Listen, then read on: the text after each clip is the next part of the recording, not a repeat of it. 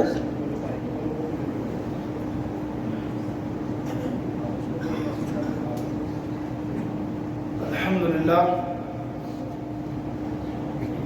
لله نحمده ونستعينه ونستغفره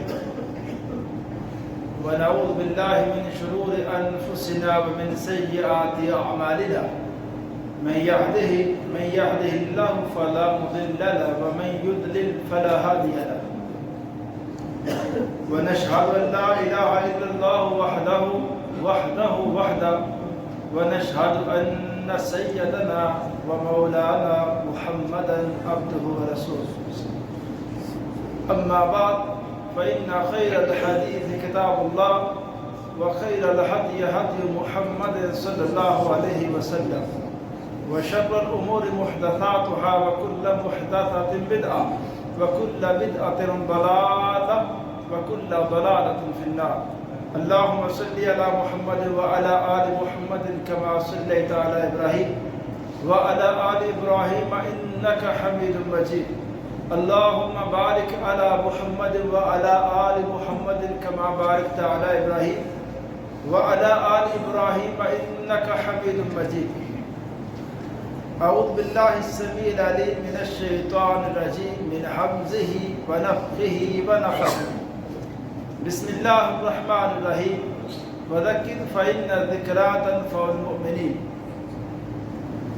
ہر قسم کی تحمید و ستائش، کبریائی بڑائی اللہ وحدہ لا شریک کی ذات کے لیے اور اللہ تعالیٰ کی حمد و ثناء کے بعد بے شمار لاتعداد انگن درود السلام امام الانبیاء امام الحرمین سید الثقلین جد الحسن والحسین جناب محمد رسول اللہ صلی اللہ علیہ وسلم کی ذات اقدس و ذات طیبہ پر. حضرات، آج کے اس خطبہ جمعہ میں میں رب تعالیٰ کی توفیق اور فضل سے جس موضوع کے حوالے سے گزارشات کرنا چاہتا ہوں وہ حضرت محمد صلی اللہ علیہ وسلم کا امت کے لیے بحیثیت شوہر جو کردار ہے، جو سیرت ہے، اس حوالے سے وہ باتیں خاص طور پہ عرض کرنا چاہتا ہوں جن سے رہنمائی لے کر ہم اپنے گھروں کا جو ماحول پریشان کن ہے اس کو بہتر بنا سکتے ہیں اور گھروں کے جو اختلافات ہیں وہ کم ہو سکتے ہیں. آئے روز جو طلاق کی شرح ہے اس میں کمی واقع ہو سکتی ہے. حقیقت یہ ہے کہ اللہ تعالیٰ نے حضرت محمد صلی اللہ علیہ وسلم کو امت کے لیے ایسی مبارک اور ایسی عظیم رہنما کے طور پہ امت کے سامنے پیش کیا ہے کہ لوگوں، میرے پیغمبر کی زندگی ایسی ہے، کسی بھی شعبہ ہائے زندگی سے تعلق رکھنے والا کوئی بندہ ہو، اگر اس کو رہنمائی چاہیے تو آپ کی زندگی کے جو عملی نمونے ہیں، ایک تو آپ کے فرامین ہیں، لیکن اگر اس میں عملی نمونے بھی دیکھنا چاہے تو ہر شعبے میں زندگی کے اللہ کے رسول علیہ السلام کی سیرت ہمارے لیے بڑی وضاحت کے ساتھ رہنمائی کرتی ہے. اب گھروں کا ماحول جب ہم اپنی رسم و رواج کے مطابق اور اپنی سوچ اور سمجھ کے مطابق، اور خاص طور پہ جب ہماری سوچ یہ بن جاتی ہے کہ بطور شوہر غصہ کرنے کا حق صرف مجھے ہے اور غلطی کرنے کا حق بھی صرف مجھے ہے، بیوی سے غلطی نہیں ہونی چاہیے، اس کو کبھی غصہ بھی نہیں آنا چاہیے، اور گھر کے نظام کو چلانے میں اس سے کمی کوتاہی نہیں ہونی چاہیے، اگرچہ میں جتنی مرضی کمی کوتاہی کروں مجھے معاف ہے. لیکن اسی طرح تھوڑی سی بات پہ شریک حیات کی وہ خدمات جو گھر کے نظام کو وہ بہتر چلائے تو ہمارے گھروں کا سکون وہ ہمارے گھروں میں بھرپور انداز میں آ سکتا ہے۔ ہم اپنے تھوڑے سے رویے کو جب تبدیل نہیں کرتے ہیں، بات پہ اگر غصہ، بات پہ الفاظ کا ایسا چناؤ جو شاید مہینوں میں سالوں تک ذہنوں میں رہے، اور ایسے تانے اور ایسے مینے کہ جو کوئی بندہ بھول ہی نہیں سکتا۔ میں یہ عرض کرنا چاہتا ہوں، رسول کریم صلی اللہ علیہ وسلم کی زندگی، اس میں ایک اصول اور ایک ضابطہ جو آپ نے بیان کیا، اس سے ہم گھریلو معاملات میں بڑی واضح رہنمائی لے سکتے ہیں۔ کیا فرمایا؟ آپ نے فرمایا لوگوں اپنی بیویوں کے حوالے سے ایک بات سمجھ لو کہ اللہ تعالیٰ نے عورت کو ایک پسلی سے پیدا کیا ہے، اور پسلی سیدھی نہیں ہوتی اور نہ ہی اس کو سیدھا کیا جا سکتا ہے، لیکن اگر اس میں اصل حدیث کا مفہوم یہ ہے کہ اگر مرد اور عورت کے نظریات میں اختلاف ہوگا، عورت اور مرد کے نظریات میں لازمی طور پہ کچھ نہ کچھ فرق ہوگا، لیکن اگر کوئی بندہ یہ چاہے کہ میں اپنے سارے کے سارے نظریات وہ اپنی بیوی پہ مسلط کرنا چاہتا ہوں، جو میں چاہتا ہوں، جو میری خواہشات ہیں، میرا سوچنے کا زاویہ ہے، وہ سارے کا سارا زاویہ میری بیوی کا وہی ہو جائے، اور جہاں میں چاہوں وہاں جائے۔ رشتہ داروں کے وہ گھر جو بیوی کے بھی قریبی ہیں، خاوند کے بھی قریبی ہیں، وہ جس گھر میں خود جانا چاہتا ہے وہ جائے، لیکن بیوی کو اپنی بہن کے گھر جانے کی اجازت نہیں جب اختلافات بڑھ جائے معاملات۔ یعنی انسان اپنی خواہشات ساری پوری کرنا چاہتا ہے اور خود سے یہ دیکھنا نہیں چاہتا کہ اس کی وہ بھی انسان ہے، اس کی بھی خواہشات ہیں، وہ بھی کسی کے قریب ہے جس سے اپنے دل کی بات کہنا چاہتی ہے۔ اگر آپ بات پہ پابندیاں لگائیں گے اور بات پہ شک کریں گے اور آپ وہمی کفیت والے انسان بن جائیں گے تو پھر کبھی بھی آپ اپنے گھر میں سکون نہیں لا سکتے، کبھی بھی اپنے گھر کے ماحول کو آپ بہتر نہیں کر سکتے۔ کیا ضابطہ دیا ہے قرآن پاک نے؟ اے ایمان والو، بدگمانی سے بچو۔ بدگمانی بہت بڑا گناہ ہے۔ یہ بدگمانی ایسی بات ہے جو گھروں کے گھر اور محلوں کا چین خراب کر دیتی ہے۔ اسلام نے اس سے منع کیا ہے۔ اور دوسری بات بڑی واضح کہا، لا تجسسوا۔ مومن کی شان نہیں ہے کہ وہ بات پہ جاسوسی کرے گا۔ اگر میاں بیوی کے درمیان بد اعتمادی والی فضا تھوڑی سی آ جائے اور بات پہ اگر وہ شک اور وہم کی طرف جائیں گے، یہ وہ صورتحال ہے جس سے معاملات خراب ہوتے ہیں۔ لیکن اللہ کے رسول علیہ السلام کی یہاں بھی رہنمائی موجود ہے۔ آپ نے فرمایا کسی بندے کو حق نہیں ہے کہ بدگمانی کرے، وہ بیوی کے معاملے میں ہو، وہ خاوند کے معاملے میں ہو، وہ کسی دوست کے معاملے میں ہو، کسی بھی بندے کے معاملے میں ہو، بدگمانی نہ کرے۔ واضح اگر دلائل آپ کے پاس ہے، پھر بھی اصلاح کرنی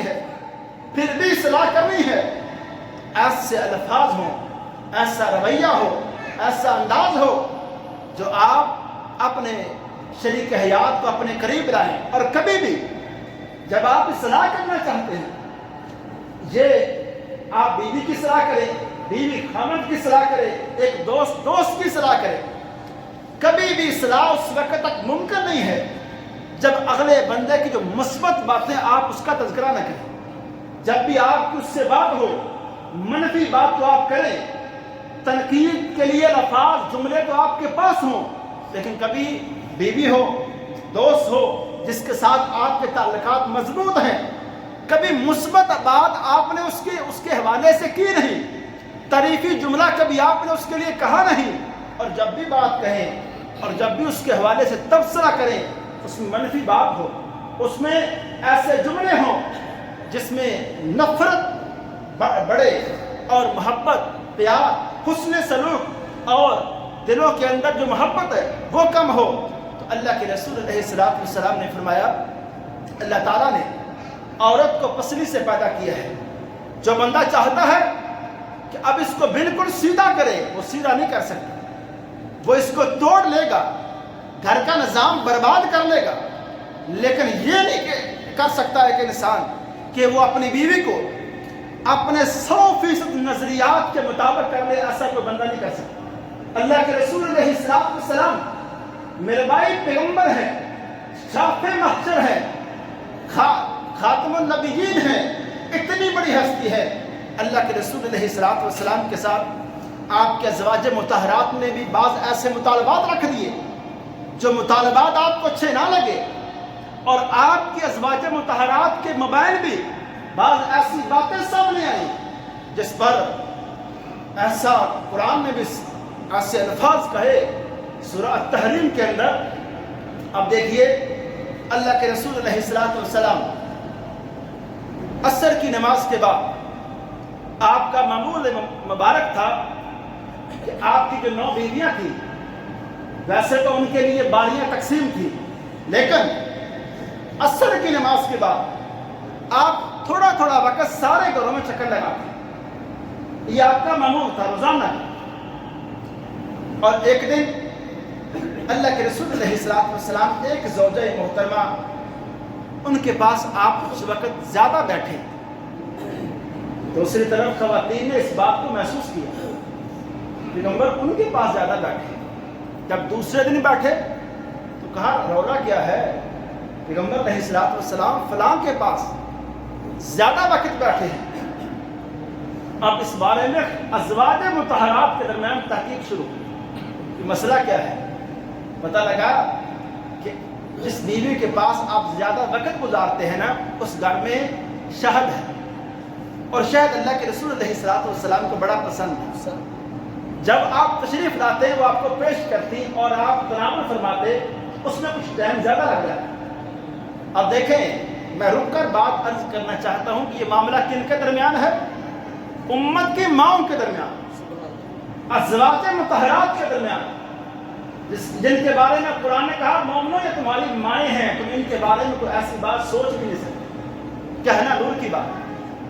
یہ ازواج مطہرات ایک گروہ انہوں نے کہا چیک تو کریں، تحقیق کریں معاملہ کیا ہے.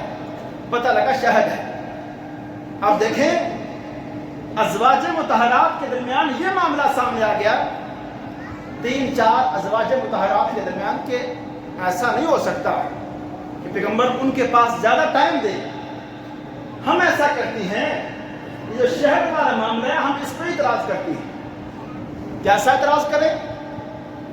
ایک نے کہا جب ایک میٹنگ ہوئی ازواج مطہرات کے درمیان ایک اجلاس میں طے پایا جب ایک بیوی کے پاس آپ جائیں گے بات چیت میں وہ کہیں گے اللہ کے رسول ذرا آپ کے منہ مبارک سے کچھ سمیل ہم محسوس کر رہے ہیں. دوسری کے پاس جائیں گی وہ بھی یہ کہیں، تیسری کے پاس. اور حضور اس بات کو انتہائی ناپسند کرتے تھے صفائی کے معاملات میں کہ کوئی بندہ آپ کے قریب ہو اور آپ سے کسی بھی حوالے سے وہ سمیل محسوس کرے. آپ اس بات کو ناپسند کرتے ہیں. آپ کو لگا یہ سمیل صرف شہد کی وجہ سے، اور آپ نے جب ایک بیوی کے پاس، دوسری کے پاس، تیسری کے پاس یہ جملہ سنا آپ نے غصے میں فرمایا اس شہد کو تو میں اپنے اوپر حرام ہی کر لیتا. جب یہ بات کہی تو قرآن نازل ہوا کہ پیغمبر آپ کو یہ حق نہیں ہے کہ ایک حلال چیز کو اپنے اوپر حرام کر.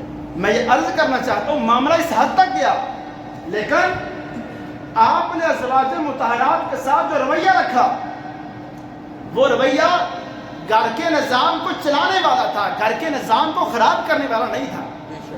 میں یہ عرض کرنا چاہتا ہوں کہ اس بات میں کوئی شک نہیں کہ پیغمبر کا ایک مقام تھا. ایک آپ کا ازواج مطہرات کی نظروں میں آپ کا الگ سے بھی ایک احترام تھا، خاوند ہونے کے ساتھ ساتھ نبی کا بھی.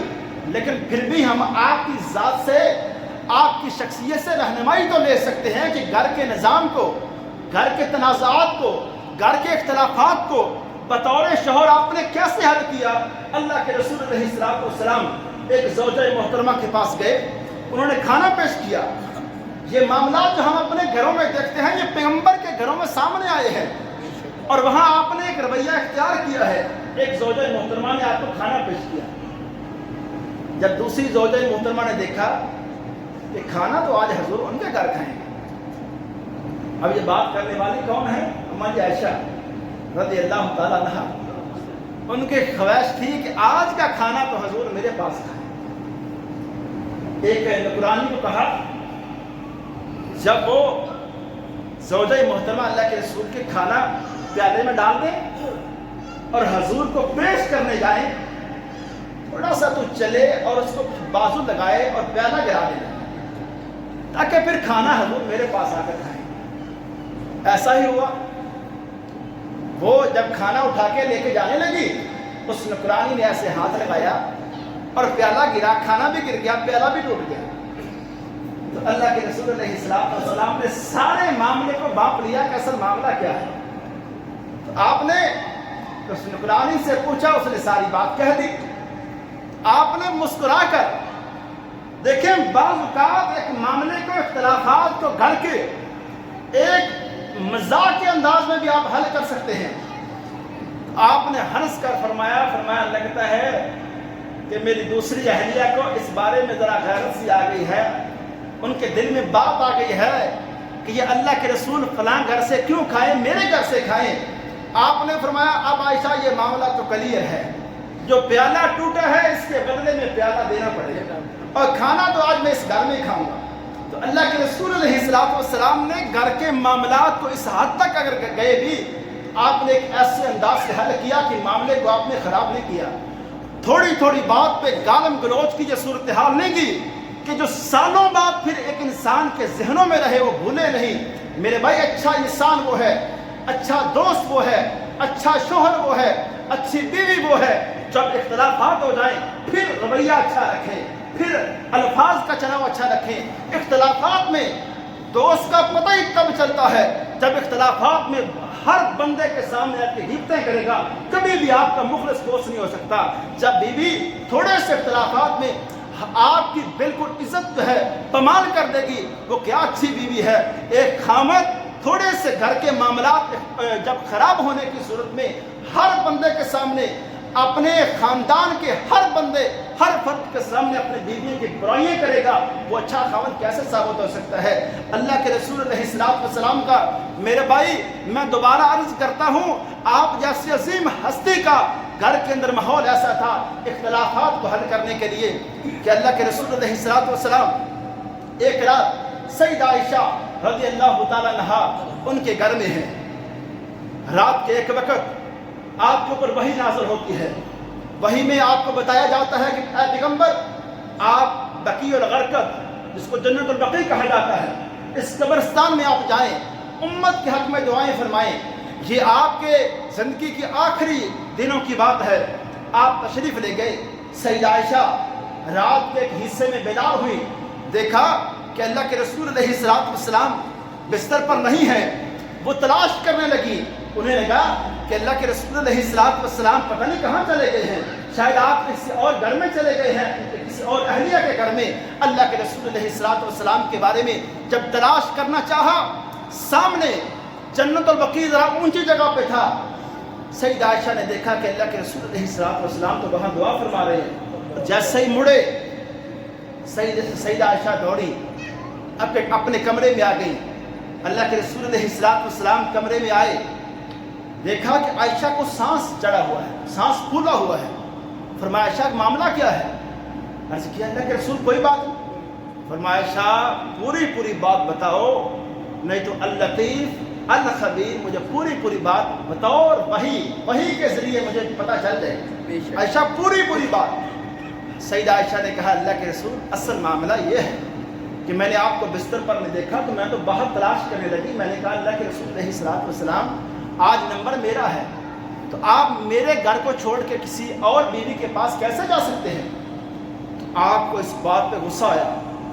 فرمایا عائشہ تم نے سوچا ہی کیسے کہ میں ناانصافی کروں گا اپنی ازواج مطہرات کے حقوق کے بارے میں؟ عائشہ اصل معاملہ یہ ہے، اصل معاملہ یہ ہے کہ مجھے بطور بذریعہ وحی یہ بتایا گیا، حکم ہوا کہ میں قبرستان جاؤں۔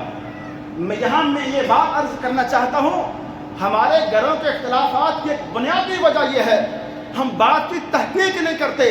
تھوڑی سی بات ایک دوسرے خاندان کے فرد سے سنی، محلے داروں میں سے کسی سے بات سنی، اور اپنی شریک حیات، اپنی بیوی یا بیوی خامد کے بارے میں ایسی باتوں پہ وہ اعتماد کر لیتی ہے، وہ تحقیق نہیں کرتی یا خامد تحقیق نہیں کرتا معاملات کے اندر۔ لوگوں، جب تک آپ دوسرے فرد جس سے آپ پہ اختلاف ہو چکا ہے، میں یہاں یہ بات عرض کرنا چاہتا ہوں، یہ اختلافات ہمارے گھروں کے ہوں یا دوستوں کے درمیان ہوں، یہ اختلافات اس وقت ایک طوالت اختیار کرتے ہیں جب میرے ایک دوست کے ساتھ اختلاف ہوا۔ میں نے کہا اس نے میرے بارے میں یہ بات کی تو کیوں؟ میں اس کے ساتھ میں نے یہ نیکی کی، میں نے اس کے ساتھ یہ رویہ اختیار کیا، فلاں جگہ میں نے اس کے ساتھ ایک وفادار دوست کا ایک کردار ادا کیا، تو اس بندے نے یہ بے وفائی کیوں کی؟ تو جب میں خود سے کسی کی باتیں سن کے اپنے دوست کے بارے میں، اپنی بیوی کے بارے میں، اپنے گھر کے کسی بھی فرد کے بارے میں رائے قائم کر کے بس ناراض ہو کے بیٹھ جاؤں، جس سے اختلاف ہے اس کے پاس ایک مرتبہ بھی جا کے بات کو کلیئر نہ کروں کہ اس طرح میں نے آپ کے حوالے سے بات سنی ہے، کہ یہ بات آپ نے کہی ہے اور ان الفاظ کے ساتھ کہی ہے، تو اس وقت ہمارے گھروں کے آدھے اختلافات ختم ہو جائیں گے۔ میں یہ عرض کرنا چاہتا ہوں میرے بھائی، آپ جس کے ساتھ زندگی گزار رہے ہیں اس کے بارے میں کسی کی باتوں میں آ کر آپ گھروں کا سکون کیوں برباد کر رہے ہیں؟ آپ گھروں کا جو ایک نظام اس کو کیوں برباد کر رہے ہیں؟ میں یہ عرض کرنا چاہتا ہوں، اللہ کے رسول علیہ السلام نے جب غصے کا اظہار کیا، اب یہاں رہنمائی دیکھیں اماں جی عائشہ کے رویے سے، کہ جب پیغمبر کو اس معاملے میں غصہ آیا کہ عائشہ نے یہ بات سوچی تو کیوں سوچی، آپ نے غصے میں کچھ جملے کہے اور کہا عائشہ اصل بات یہ ہے کہ میں قبرستان گیا تھا، قبرستان میں نے جا کے دعا کی ہے، اس لیے گھر سے باہر گیا۔ اماں جی عائشہ نے اس غصے والے ماحول کو، اس موضوع کو تبدیل کر کے جب دیکھا کہ حضور تو اس بارے میں بڑا غصہ فرما رہے ہیں، تو ایک غصے کے اس ماحول کو تبدیل کرنے کے لیے آپ سیدہ عائشہ نے موضوع بدلا، اور کیا خوبصورت طریقے سے موضوع بدلا۔ جب کہا نا اللہ کے رسول عائشہ میں قبرستان گیا تھا، کہا اللہ کے رسول قبرستان جانے کی دعا کیا ہے؟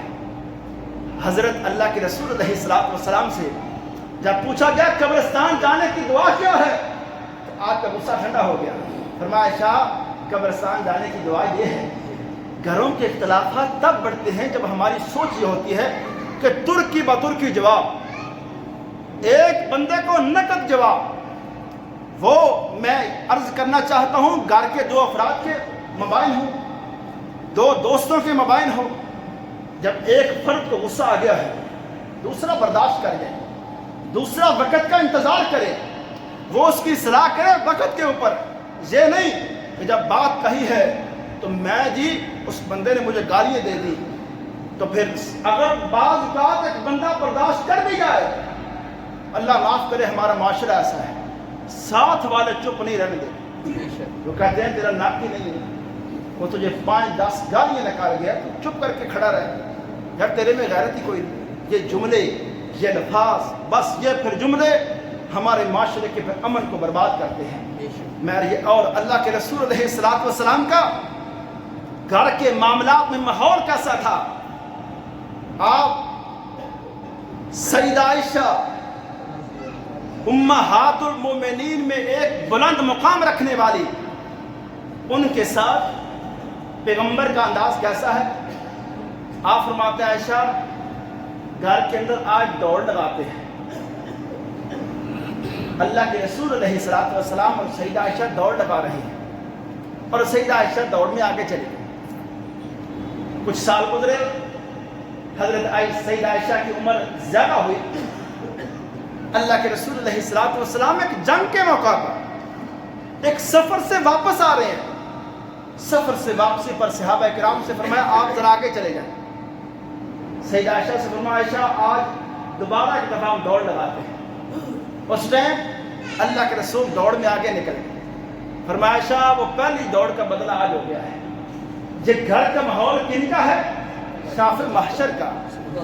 یہ مقام محمود جس ہستی کو ملنا ہے. میں یہ عرض کرنا چاہتا ہوں رب کے بعد جن کا مقام دوسرا ہے یہ ان کے گھر کا ماحول ہے. اور ہم گھر کے ماحول کو وہی تھانے والا, وہی کچہری والا, وہی ماحول کے بس کبھی ایک مسکرا کر یا غصے کے بغیر یہ تو بات کرنا خامد اپنے شان کے خلاف سمجھتا ہے. اور اس طرح بات بات پہ ٹوکنا.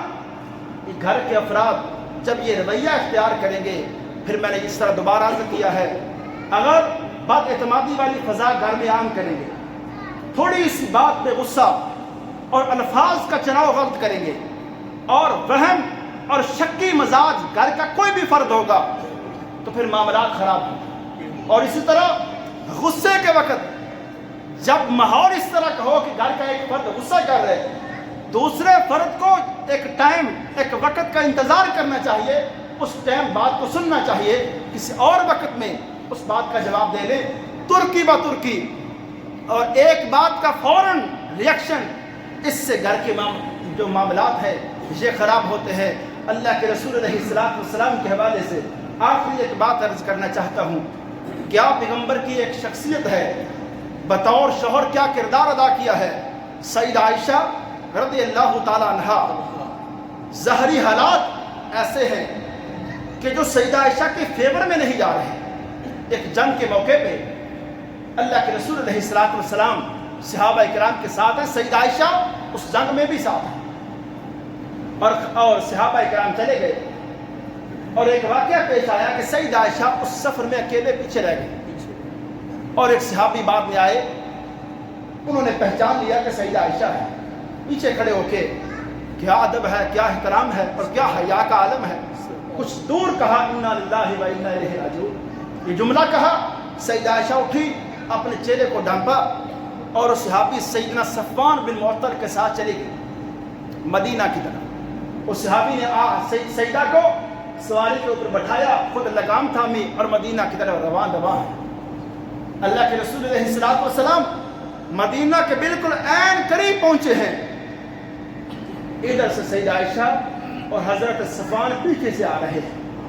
اب دیکھیں ظاہری حالات واقعہ کے ایسے ہیں جو سیدہ عائشہ کے حق میں نہیں جا رہے, اور منافقین نے اور مدینہ کے ظالم لوگوں نے اس موقع کو غنیمت جانا اور حضور کو پریشان کرنے کے لیے سیدہ عائشہ کے اوپر الزام لگا دیا, اور ایسا الزام لگایا کہ حضور اتنا پریشان ہوئے کہ سیدہ عائشہ کہتی ہے میرے کمرے میں آتے ہیں, بس سلام کرنے کے بعد مجھ سے کوئی تفصیلی بات نہیں کرتے. اور حضور کا یہ انداز نہیں تھا. چند دن میں نے محسوس کیا کہ پیغمبر میرے ساتھ یہ رویہ کیوں آپ کا ایسا ہے. سیدہ عائشہ کو پتہ بھی نہیں کہ میرے ساتھ میرے بارے میں مدینہ میں کیا باتیں چل رہی ہیں. ایک دن سیدہ عائشہ رضی اللہ تعالی عنہا وہ ایک صحابیہ کے ساتھ قضاء حاجت کے لیے باہر گئی, تو ان سے پوچھا, کہا وہ حضرت مستہ کی والدہ تھی, اور حضرت مستہ صحابی رسول ہے, لیکن غلطی سے یہ بھی ان لوگوں میں شامل ہو گئے تھے جنہوں نے یہ بات کہہ دی کہ سیدہ عائشہ اکیلے میں کیوں آ رہی ہیں ایک مرد کے ساتھ. جملہ انہوں نے بھی کہہ دیا رستے میں. اور مستہ جو حضرت مستہ کی والدہ ہے, ان کو مستہ پہ غصہ ہے, اور یہ حضرت ابو بکر کے بڑے قریبی رشتہ دار ہیں. لیکن میں یہ عرض کرنا چاہتا ہوں سیدنا ابو بکر صدیق کے قریبی رشتہ دار ہونے کے ساتھ ساتھ ایک عظیم صحابی رسول, اللہ کے رسول علیہ السلام کے ایسے عظیم جانسار تھے کہ غزوہ بدر کے اندر شریک تھے.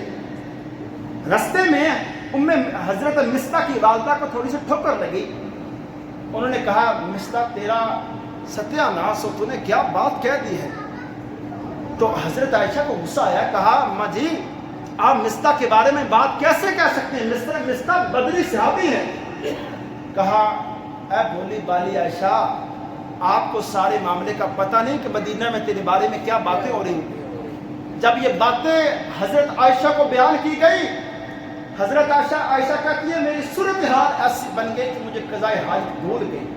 میں جلدی سے گھر واپس آئی اور اللہ کے رسول علیہ السلام تشریف لائے.